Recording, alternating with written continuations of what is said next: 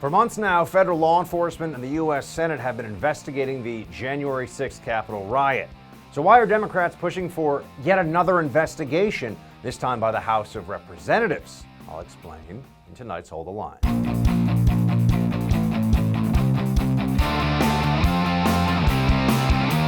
After careful consideration, I've made the decision to oppose the House Democrats' slanted and unbalanced proposal for another commission to study the events of January the 6th. It's not at all clear what new facts or additional investigation yet another commission could actually lay on top of existing efforts by law enforcement and Congress. Welcome to Hold the Line. I'm Buck Sexton. That was Senate Minority Leader Mitch McConnell today laying out his reasons for opposing a House commission on the January 6th Capitol riot. Now, let me just take a moment with all of you to explain what's really going on here. Yet another investigation of the January 6th riot, which they insist on calling an insurrection. Very obvious why they're doing that. They're exaggerating. This is hyperbole. It was not an insurrection. There was no realistic plan or effort to overthrow the United States government. It was a protest that got out of hand and people engaged in a riot, and those who broke the law should be held accountable. And those who broke the law are being held more than just accountable right now, as in they're being kept in solitary confinement without the normal due process and procedural assistance that you would expect under these circumstances of assault on police, destruction of property, and trespassing. But they keep them in these conditions because the people involved in the actual riot are considered a threat to the stability of our government. They use terms like a threat to our democracy itself. Why all of the exaggeration? Because it serves a political purpose. Here's Senator Chuck Schumer, for example, talking about how this was the worst insurrection act since the Civil War. What the Republicans are doing, the House Republicans, is beyond crazy to be so far under the thumb of Donald J. Trump, letting the most dishonest president in American history dictate the prerogatives of the Republican Party will be its demise. Mark my words. Whatever that means for Democrats, it's bad for America. We all know, there needs to be a thorough and honest accounting of what took place on January 6th, the greatest attempted insurrection since the Civil War. They sometimes say the greatest threat to our democracy since the Civil War, which is interesting considering the mass casualty terror attacks of 9/11 and other instances where there were actual malevolent intent from people that killed a lot of individuals. But they lie about this and say that it was actually a murderous incident. Anyway, here's Mika Brzezinski doing just that over at MSNBC, the murderous rioters. If I may, Eric Swalwell has been trying to get Kevin McCarthy to meet with a Capitol cop who was injured that day just to hear his side of the story. And Kev doesn't have time because he's too busy trying to find other protests to mix in with this violent, murderous insurrection on our Capitol. This commission just wants to look at the truth. And that is what he's afraid of. The only person who was killed as a result of violence that day was an unarmed protester named Ashley Babbitt, and the Capitol Hill Police will still not explain to the public nor give transparency to members of Congress, including some I've talked to as recently as today, about why lethal force was justified against an unarmed female rioter on the Capitol grounds. But what's the broader point here? Why do they want to go through this all over again? Didn't we have an impeachment about the January 6th riot? Didn't we already have the Congress pass its judgment on this? And we had speeches and the presentation of evidence. No, let's do it again. Why? Because this is about power.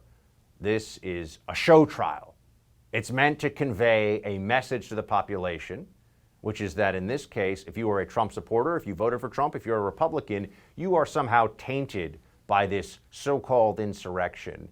And any of the animosity, any of the foul play that the left and the Democrat Party directs at the so-called insurrectionists is therefore inherently justified.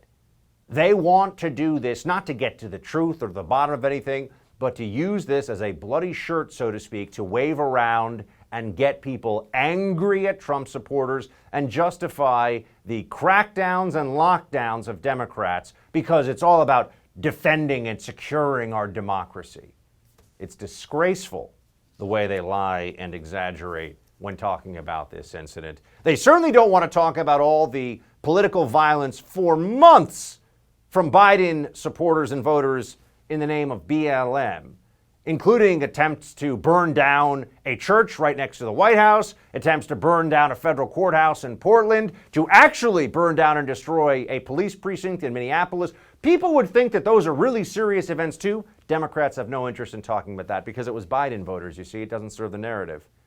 So they want to use Congress for show trials, and then they want to use prosecutors' offices to have real trials for politicized purposes as well. At least that's the threat that we're seeing right now from the New York Attorney General's office, Letitia James. We've informed the Trump Organization that our investigation into the organization is no longer purely civil in nature. We are now actively investigating the Trump Organization in a criminal capacity along with the Manhattan DA. That's right. The left wields power ruthlessly, without compunction. Now that they're in charge, now that they have a Biden administration and therefore a Biden appointee like Merrick Garland, a political hack as we're seeing, in charge of the DOJ, there are people that are going to see this as a free hand at the state or the federal level to go after the enemies of the regime in power, in this case, of course, the enemies of the Democrat Party, and that is exactly what is happening here.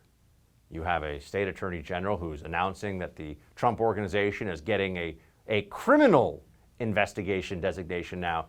Does anyone think that this would be happening if he had not been the president and if Democrats didn't hate him so very, very much? Donald Trump has been conducting business in New York, across the country, and around the world for decades.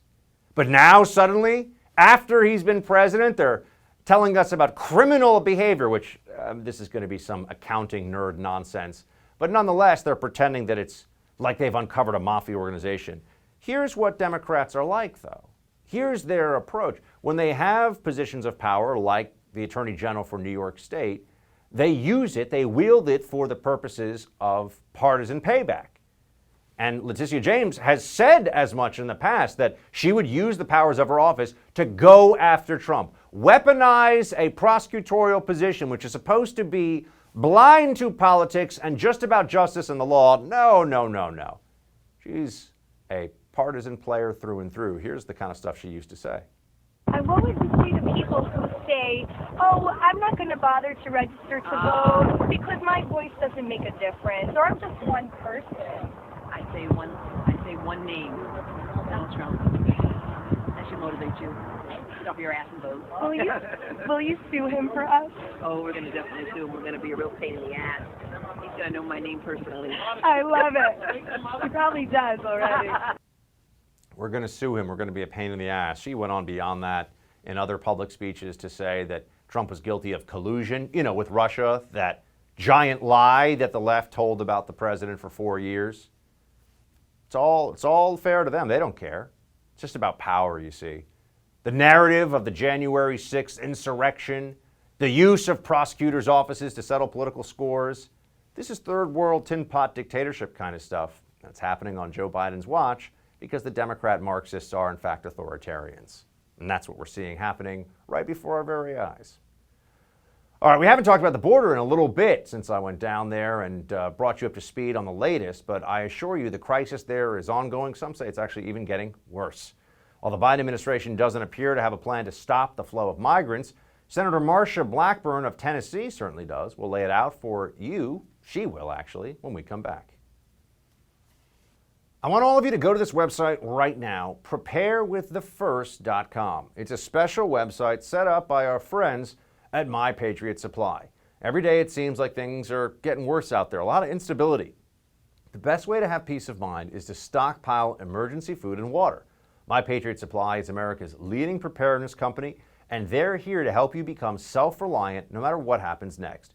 But you can't wait for something bad to happen, then react. You need to act now before there's a stock market crash, hyperinflation, civil unrest, a natural disaster. My Patriot Supply has been in the business over a dozen years, serving millions of families and earning 39,000 4-star and 5-star reviews. Their food is specially packaged to stay fresh up to 25 years. So when you prepare today, it'll be there for you when you need it. Right now, save $50 on their 4-week emergency food kit at preparewiththefirst.com. The meals are delicious and provide 2,000 calories per day. No other brand comes close.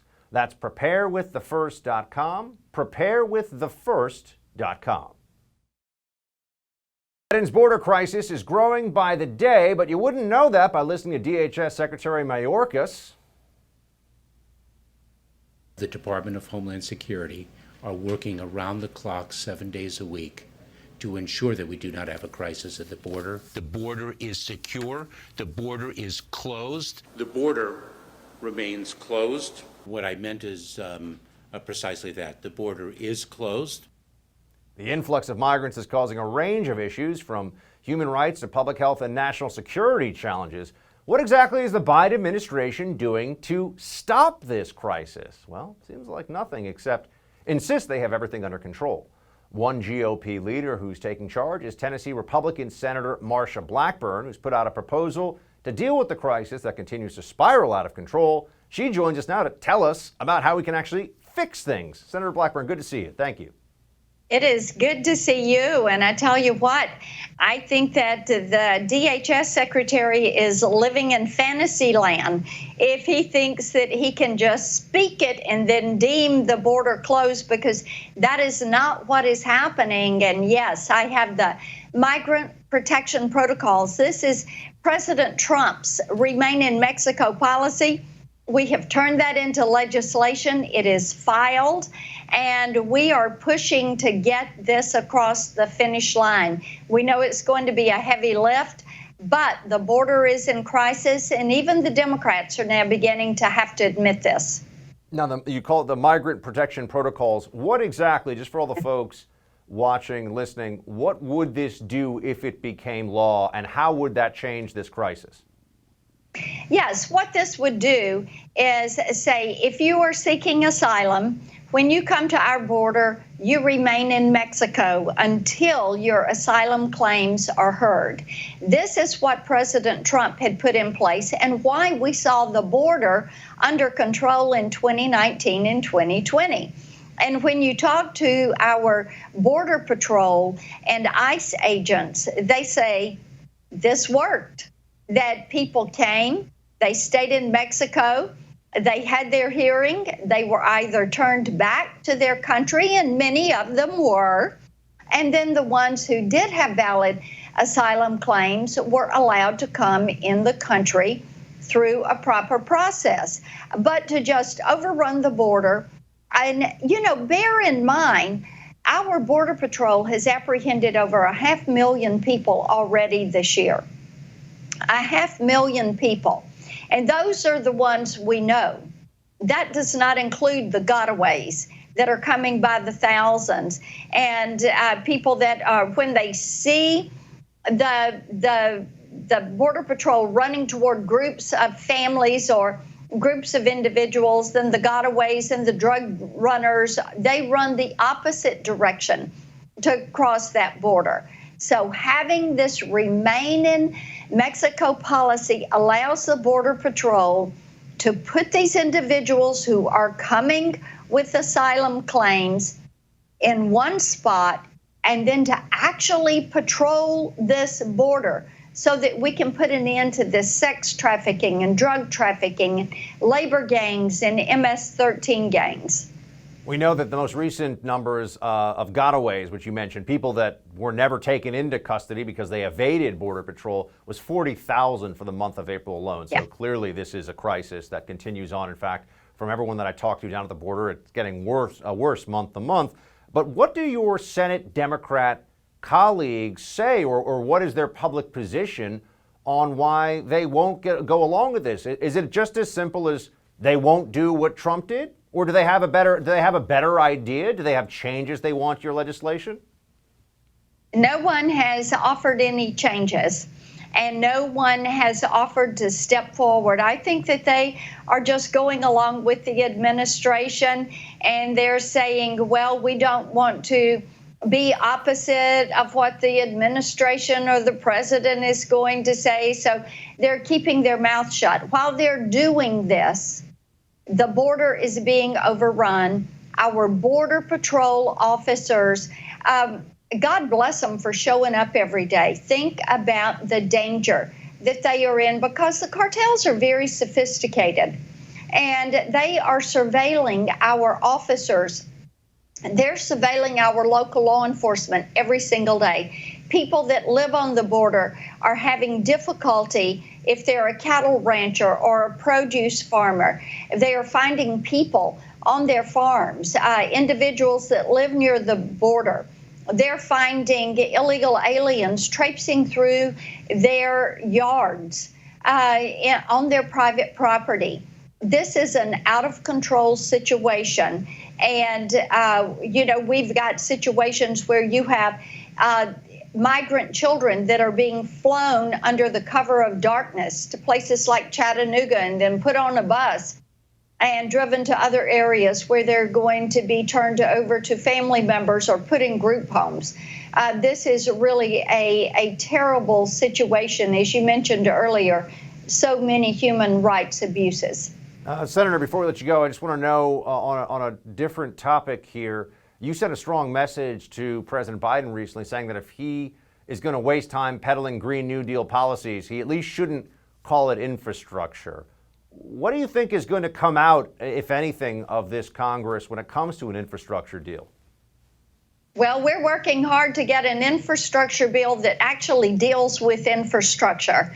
That is one of our goals. Roads, bridges, highways. My goodness, we have a bridge in Memphis that the I-40 bridge. It's called the Big M Bridge, and there is a crack in that bridge. So what have they done? They've had to close it. It is a main thoroughfare from east to west.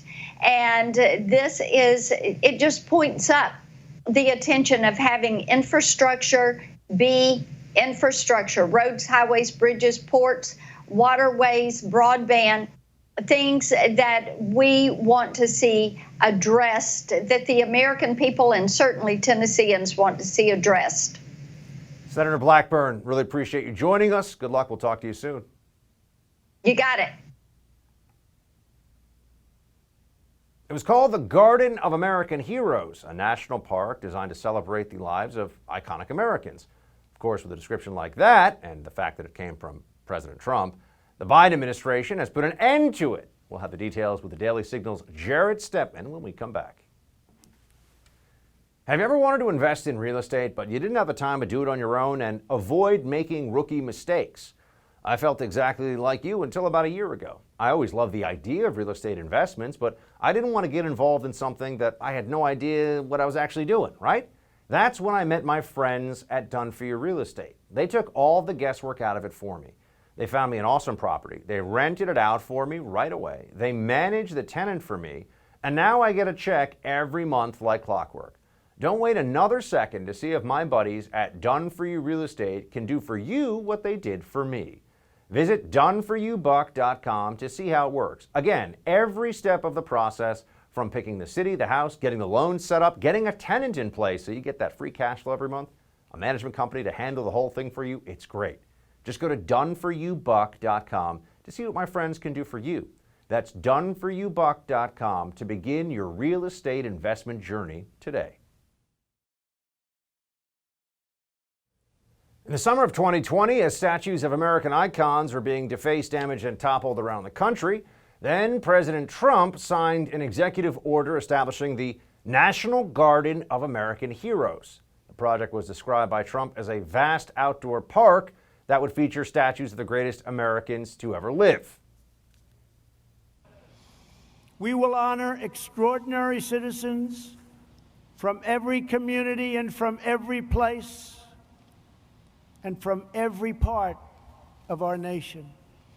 Great men and great women, people that we can look up to forever. The park would have featured a diverse array of sculptures, from sports legends like Muhammad Ali to founding fathers like Alexander Hamilton and Benjamin Franklin. No surprise, it didn't appeal to the left, which clearly prefers to tear down statues. Last week, President Biden signed an executive order putting an end to the project. Biden did so quietly and without explanation, but our next guest has a few ideas. Joining me now is the co-host of the Right Side of History podcast, Daily Signal contributor Jared Stepman. Jared, good to see you. Good to see you too, Buck. So just tell everybody, what was the Garden of Heroes? Because I think a lot of people forgot about this. There was a time last summer, almost exactly a year ago now, about 13 months ago, when statues were right in the center of American political food fights. What's going on here?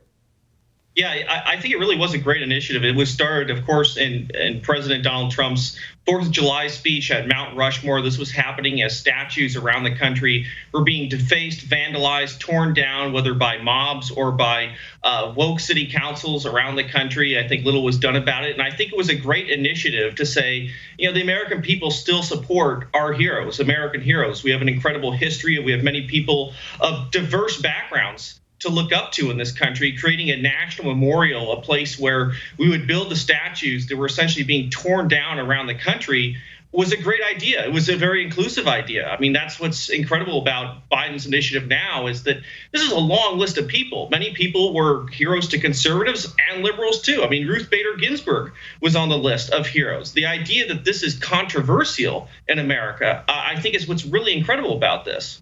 Why did the Biden administration then choose to somewhat quietly, but for now definitively, get rid of a project that, as you pointed out, Muhammad Ali, Ruth Bader Ginsburg, Benjamin Franklin, a whole lot of different figures from history, whether one's a big fan of the idea or not, seems to be beside the point insofar as the Biden administration went out of its way to shut it down. Is it just because it was a Trump thing, or is there more to it? I'm sure that's part of it. I'm sure it's partly pettiness, but also included in the executive order is repealing the order that Trump gave to have harsher penalties for those who vandalize statues and attack statues. I really think that this is a sop, as many of Biden's sops, to, I think, a woke progressive base. They already canceled the 1776 commission. They got rid of the National Garden of Heroes. I think it very clearly shows what the priorities of this administration are. It's appealing to that woke base that no longer accepts that we can have a shared National Garden of Heroes, even though you hear that kind of buzzword, that diversity, equity, inclusion. I mean, I don't think they're necessarily even for diversity or inclusion. I mean, that's certainly what this list, this Garden of Heroes, was about. I think this is very indicative of what the Biden administration is. I know a lot of the rhetoric is that, Biden is some kind of moderate, but the movement he leads, the Democratic Party he leads, is very much into the idea of 1619, tear down America. America is not just only not exceptional, it's exceptionally bad. I think that is the message that we hear from the woke activists, and the Biden administration is happy to play along with that. Part of the woke left's agenda, as we know, is the institution of certain historical curricula for the teaching of children in schools. And we know the 1619 Project has been a part of that, backed by the New York Times. So it's journalism, but it's history, but it's not written by historians. Have we seen any federal support for pushing the 1619 Project into schools in the Biden administration? Where does that project of making kids learn across the country that history started in America in 1619, specifically for the preservation of slavery, where does that project stand?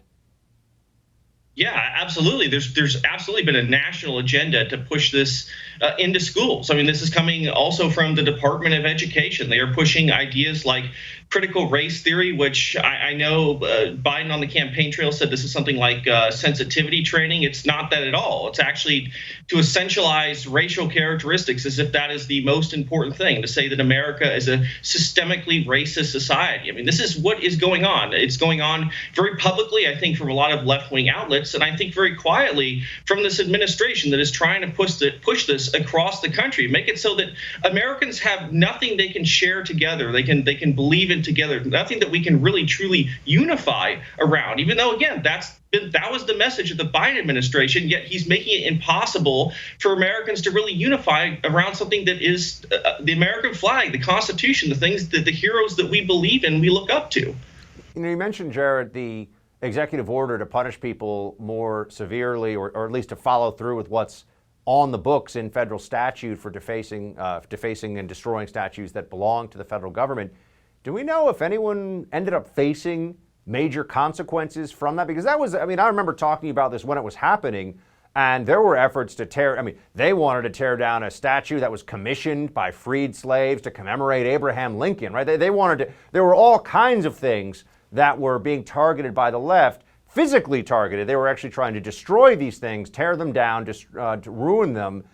Did we ever get any sense as to whether the Justice Department followed through on prosecuting people as a deterrent to the next round of this? Because it feels like there's just a matter of time here, Jared, before there's going to be a phalanx of NYPD here in New York around Columbus Circle's Columbus statue all over again, right? We keep going through this. Do we know if anybody was punished? They know now that they won't be punished, and very few were. I think this really started especially when there was literally a mob in front of the White House trying to tear down a statue of Andrew Jackson. People were saying, well, why aren't there consequences for these people? And this is a very serious crime. The Trump administration tried to push that as an agenda. The Biden administration is doing what many mayors around the country, especially in these big blue cities, have done, which is say, well, yes, I denounce the violence, but I'm not really going to do a whole lot about it. I'm basically going to give a wink and a nod and say, and tear down some of these statues officially as well. I think we're seeing that alongside of this. So not only is the mob being encouraged because the punishment is very minor, but these cities are essentially giving them what they want without any input from the people of the communities, without any input from the American people. It's showing that the mob wins. That's really what they're saying. Jared Stepman, everybody, check out the Right Side of History podcast. Jared, what's something you've covered recently on the podcast? Well, we definitely talked about a lot about critical race theory and how it's entering school curriculum, and of course the many attacks on American history. I think that especially when we saw the recent VE Day celebrations, that I think many people saying that the United States did not win World War II, that it was a Soviet Union, that it was communism that essentially won that. I think pushing back on those ideas to revise and rewrite world and American history, to take away the credit that the free countries of this world contributed to the war and to place it on international communism. I think it's a part of, this idea that America is no longer a country to be celebrated. What we are good and great at is something to be diminished. Our sins are something to be heightened, especially in a world in which now we have powerful countries like communist China that are serious threats to what we are. It's a terrible thing that we can no longer celebrate the things that made America great, our triumphs in the world. And that's something that I cover very much on my podcast. Jared, thanks so much. Good to see you. Thank you. Today, at long last, New Yorkers are finally allowed to shed their masks. But there's one thing that won't be going away: the state's corrupt and incompetent Democratic leadership. How corrupt and incompetent are they? Stick around, you'll find out. Drum roll, please. After over a year of severe lockdowns, mask policies, all the rest of it, New York City officially reopened today. New Yorkers endured some of the toughest pandemic restrictions of anywhere in the country, but the state has finally lifted capacity limits for stores, restaurants, offices, and theaters, as well as mask mandates for the fully vaccinated.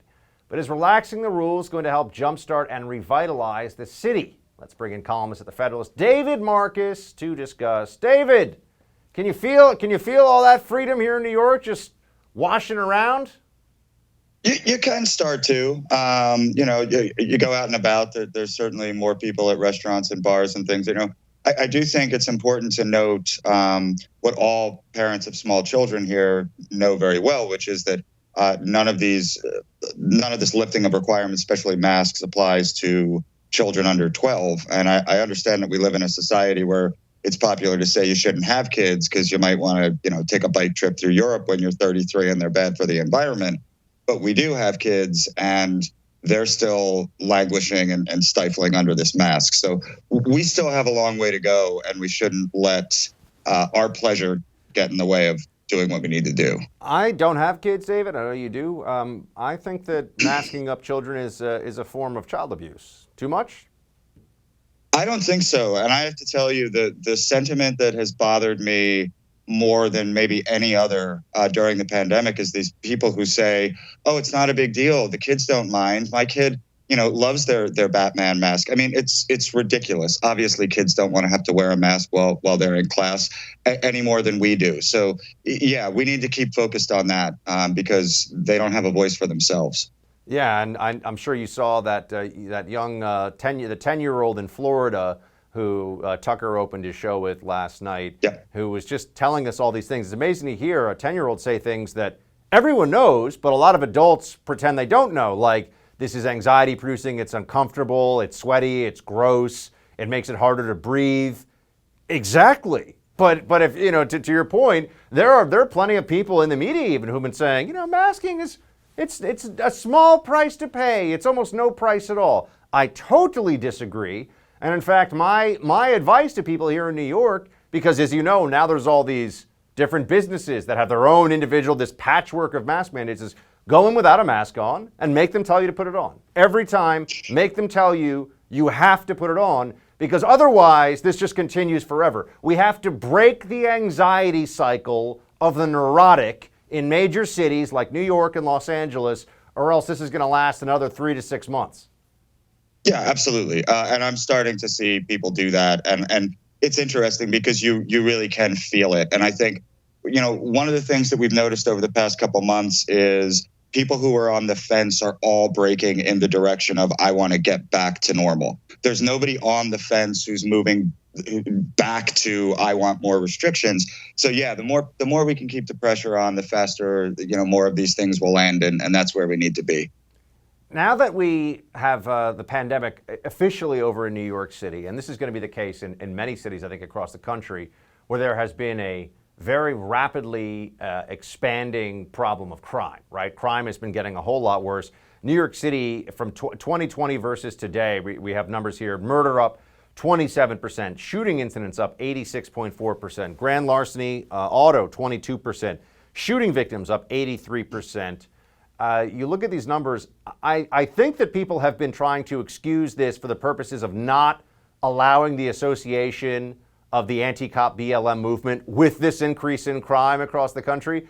But David, I'm wondering what your sense is of what it's going to turn into now, because as things open and the pandemic is effectively over as a function of policy and most human behavior day to day, we got a crime problem we're going to have to look at in New York and a whole lot of places. And it's not going to go away because people don't have masks on quite as much. No, I don't buy for a minute that the COVID crisis played a significant role in this uptick in violent crime. It seems far more plausible to me that handcuffing the police has done this, as well as state actions like bail reform. And how many of these cases, look at how normal it is in these cases for the press report to include, oh, this person was arrested 7 times in the last year and a half. I mean, it's an epidemic, and clearly the root problem here has nothing to do with the Chinese virus and everything to do with really bad policies surrounding crime. Now, we also have leadership in charge in New York, and I'm just using this as a microcosm for everybody who doesn't live in New York for the rest of the country. When you have Democrats in charge, especially in a very blue state, they have been, anything that comes up, they'll say, well, the pandemic. Oh, we've got a crime problem, the pandemic. We've got a huge budget deficit, it's the pandemic. Whatever it may be, they've been able to defer or deflect blame to something else. That's going to stop soon. And so I think people are going to pay more attention to what really happened here with some of the leadership. And even over at MSNBC, they said this about Cuomo, Governor Cuomo of New York, and I want to get your reaction. We asked him in real time whenever that book came out last year, when he came on the show, why on God's earth you would write a celebratory book about your leadership while you were still right in the middle of the crisis. And it has not worked out well for him. As you said, the initial decision 2 marches ago to send patients back into nursing homes, then covering up the number of deaths that were inside those nursing homes. There's also, of course, the sexual harassment investigation in his time as governor. And yet I don't know how in good faith you could accept the $5 million for a book about your leadership in a crisis when your state, the state of New York, not all through his fault, but it's a truth, had it as bad or worse than anybody else in the country. Oh, I've got an idea about that, David. You accept the $5 million because you're a delusional narcissist who's probably going to keep your job as governor despite all this. What do you think? My goodness, the shine on the Cuomo penny has sure worn off, hasn't it? I mean, weren't these the same people who assured us that he was going to be not only president eventually, maybe even right now, but a great president because of his competent leadership? And oh my goodness, he's not Trump. And look at all the wonderful things that he's doing. It was a lie then, it's a lie now, and you know, they knew. I won't even say they should have known. They knew, and they let they pumped this clown up anyway, and it's disgraceful. Yeah, it was necessary. People always have to remember this. The timing of it, in the election year, they got what they wanted. So now we look back at it and say, how could they have been so stupid? Well, actually, when they needed to have the story of Trump as the bad guy and Cuomo as the good guy of the pandemic, they got away with it, David. That's been my sense of it. I think that's unfortunately the epitaph of how all this goes down. But good to see you, and we appreciate you joining us, sharing your thoughts. Thanks for having me. The Fauci flip-flops on mask wearing yet again, and Biden calls newly graduated Navy cadets dull. Come on, man. That and more coming up on Quick Hits next. We're living in very uncertain times, and being prepared for the unknown is more important than ever. I'm sure you've noticed the world we live in today is anything but predictable. The government is passing massive spending bills. The Federal Reserve is printing trillions of dollars in fiat currency. And many experts are predicting inflation could run rampant in the coming months. That could spell disaster for the dollars in your bank account. We could all benefit from something a little more reliable right about now. Well, what could be more reliable than real gold and silver? I'm talking about real gold and silver you can actually hold right in your hands. Call the Oxford Gold Group right now and learn how easy it is to get real gold and silver sent securely directly to your home, or how you can have real gold and silver placed in your IRA or 401k. Just call the Oxford Gold Group at 833-600-GOLD and ask for your free guide on owning gold and silver. Again, call the Oxford Gold Group right now at 833-600-GOLD. The Oxford Gold Group is the only gold company I trust. Call them right now, 833-600-GOLD. One more time, that's 833-600-GOLD. While making a morbid joke, President Biden dodges a reporter's question on Israel, and Chicago Mayor Lori Lightfoot is engaging in racism. That and more on tonight's Quick Hits. Let's get into it, shall we? Biden! This guy, they used to say he was a gaffe machine, but, it's just good old Uncle Joe. I'm just doing my thing. And now they're going to continue to pretend that he can get away with saying whatever he wants because he's their guy and it doesn't matter. But on serious issues, things like the fighting between Israel and Hamas right now, you'd think that the President of the United States would be expected to give an answer to journalists. But no, he can actually just hit the accelerator, literally, and get away. Okay, I'm just going to step on it. I'll come off at 80 miles an hour. You'll see what it is, okay? You ready? Mr. President, can I ask you a quick question on Israel before you drive away? No, you can't. Not unless you get in front of the car as I step on it. Ha ha ha. It wasn't even clever, but Joe Biden is not clever. And he doesn't want to answer any questions about Israel because his handlers, the puppeteers around him, the people that are constantly trying to make sure that we keep this charade going, that this guy is up for this and can handle this job, they don't want him to veer off script and start to just answer things, because then we'll realize, oh my gosh, this guy is actually the President of the United States. And for a lot of people, that would be a little bit terrifying. And if you're wondering, do I have more than just this quick and kind of insignificant incident with a reporter to go into the, wow, this guy's really the president file? I do. I have more for you. He spoke at the Coast Guard Academy graduation, and here is what the president said. I can only assume that you will enjoy educating your family about how the Coast Guard is, quote, the hard nucleus around the Navy forms in times of war. You're a really dull class. I mean, come on, man. Is the sun getting to you? Come on, man. Can you see me? I'm up here muttering stuff.